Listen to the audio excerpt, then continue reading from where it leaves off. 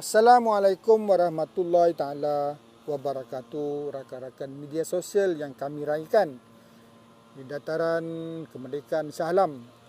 Pagi ini hari Isnin, saya nak berkongsi tentang sesuatu yang kita akan hadapi hujung minggu ini, iaitu hari mengundi. Tapi sebelum tu saya mengajak saudara-saudari berfikir bahawa kita ni, siapa pun lah, kita hanya fikir dan mahu lakukan berdasarkan kecerdasan akal kita, berdasarkan kecerdasan emosi dan kecerdasan spiritual kita. Kita ni apa yang kita suka dan mahu. Tetapi kadang-kadang kita perlu berfikir dan bertindak apa yang orang lain kata. Sebab mereka berkata yang tidak bias, tidak ada kepentingan, sentiasa being centered, boleh diguna pakai lah. Tapi jangan dengar cakap orang ada kepentingan ni. Dia akan sentiasa menherot kita melakukan apa yang mereka suka, bukan apa yang kita suka. Saudara-saudari sekalian, dalam Islam ada dua cara. Pertama, istikharah. Kita salat mohon petunjuk dari Tuhan. Kita mohon berilah kita petunjuk atas beberapa pilihan yang kita ada. Tapi kadang-kadang kita terpengaruh oleh apa yang kita suka juga. Kita masih tidak nampak petunjuk yang Tuhan berikan. Sekian banyaknya Tuhan telah menunjukkan apa yang terbaik negara ini. Kita masih melihat, masih terpengaruh, masih mahu apa yang kita lakukan. Kita lakukan apa yang kita mahu. Tapi ada satu kaedah lagi adalah istisyarah. Maknanya kita memohon petunjuk, pandangan dari orang-orang soleh, orang yang jujur, ikhlas, dan orang-orang yang berilmu. Jadi pagi ini saya ni tak ada tiga-tiga tu, saya ada satu je, saya ikhlas. Saya nak menyampaikan pandangan saya bagaimana kita memilih dalam PRU yang ke-15 akan datang ini. Pertamanya kita pilih berdasarkan timeline kita, sejarah hidup. Mereka yang berumur tentu banyak kali mengundi, telah melihat pelbagai ragam pemerintahan, mereka tahu siapa yang mereka pilih. Ataupun mereka yang baru mengundi kali ini, itu perlunya tanya orang. Pertamanya kita berfikir secara in time. Kita fikir semasa ni saja. Kita melihat apa yang dijanjikan, apa yang telah dimanifestasikan oleh pemimpin dan parti. Tapi jangan percaya sangat, sebab kita tidak hidup untuk hari ini. Kita hidup untuk hari akan datang. Kita hidup berdasarkan sejarah kita. Maka kita pilih secara true time, learning from experience. Jadi janganlah memilih parti yang berdasarkan dendam dan marah. Janganlah memilih parti yang ditubuhkan kerana terpinggir oleh parti sebelumnya. Jangan pilih pemimpin atau parti yang mahukan jadi Perdana Menteri. Jangan pilih parti yang hanya berjanji bulan dan bintang. Jangan pilih pemimpin dan parti yang suka menuding jari, mengaibkan orang, menyatakan kesalahan orang, pada masa sama menyuruh, melindungi kesalahan diri. Jangan pilih parti dan pemimpin yang sentiasa sarat, sedak, mencipta persepsi kebencian. Jangan pilih pemimpin dan parti hanya mahu mengaibkan orang. Apatah lagi jangan pilih pemimpin dan parti yang mengatakan mereka terlalu hebat.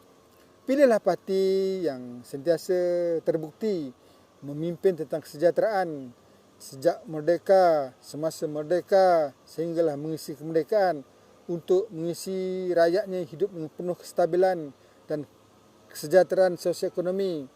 Pilih parti positif, jangan parti yang sentiasa mengamalkan toksin. Pertama. Kedua, kita berfikir secara law of attraction. Kita adalah apa yang kita fikir je sebenarnya ni.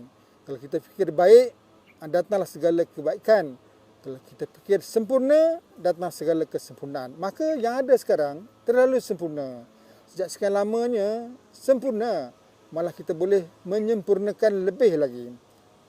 Kita fikirlah politik yang kestabilan, politik tentang kesejahteraan rakyat, bukan politik membenci, memburukkan orang.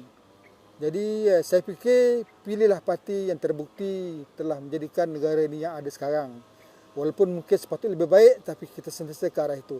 Jangan pilih parti yang telah kita beri peluang 22 bulan ataupun 17 bulan, tapi lunyai negara ni, huru-hara, takut, penuh dengan syarat, segala kesusahan rakyat. Saudara-saudari sekalian, akhir sekali, pilihlah parti yang sentiasa memikirkan kesan dan akibat, tentang cause and effect. Kesan pilihan raya, kita bertindak atas apa kesannya 5 tahun akan datang, akan kita hadapi dengan penuh kesempurnaan atau penuh kecelakaan. Saudara-saudari, kalau tuan-tuan mahu anak cucu sentiasa hidup sejahtera, pilihlah parti yang menjanjikan kesejahteraan, bukan menjanjikan bulan dan bintang, bukan menjanjikan segala yang tidak mampu dilakukannya, bukan pilih pemimpin yang hanya mampu membawa McDonald saja, bukan pilih pemimpin yang mahu mencipta kereta terbang saja. Kita pilihlah transformasi, parti yang membawa kepada ke arah kebaikan, parti yang sentiasa memikirkan menambah baik.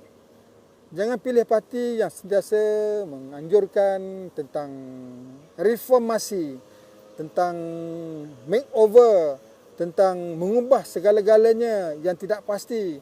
Jangan sekali kita terperangkap nanti apabila perlembagaan tentang agama Islam, tentang hak istimewa Melayu dan raja-raja Melayu terusik kerana reform itu.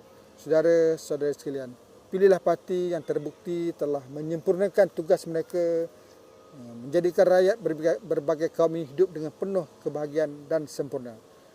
Jadi kalau tak pasti, salat istikharah atau istisyarah. Tanya orang. Jadi jangan tanya orang politik. Orang politik ada kepentingan. Tanya orang yang tidak ada kepentingan. Kalau boleh dengar, boleh terima pandangan saya, terima pakailah. Jangan terpengaruhlah media sosial ni. Media sosial ni hanya in time, semasa aja. Media sosial tidak pernah menjanjikan masa depan kita, apatah lagi media sosial tidak pernah tahu pun sejarah kita. Jadi saudara-saudara sekalian, fikir secara timeline kita, sejarah kita, masa depan kita. Fikir tentang yang ada sekarang cukup sempurna, sentiasa boleh lebih baik lagi, dan fikirlah tentang cause and effect-nya.